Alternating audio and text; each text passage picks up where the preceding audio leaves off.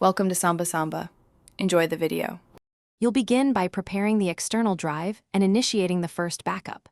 Connect the drive and format it correctly because Time Machine needs a compatible file system. Apps for Big Sur and later, or macOS extended for earlier macOS. Once done, open System Preferences or System Settings, go to Time Machine and choose Select Backup Disk.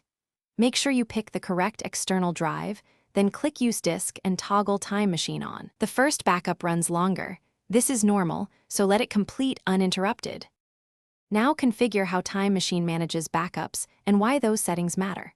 Open options to exclude folders that change often or consume space, such as downloads, virtual machines, or large media libraries.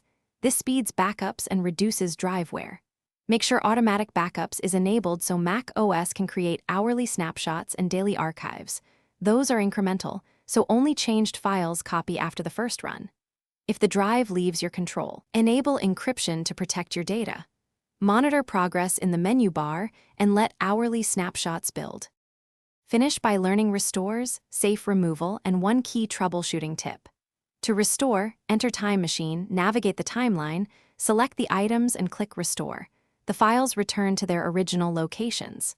Before unplugging, always eject the drive to avoid corruption. If macOS flags errors, run Disk Utility First Aid to repair the volume.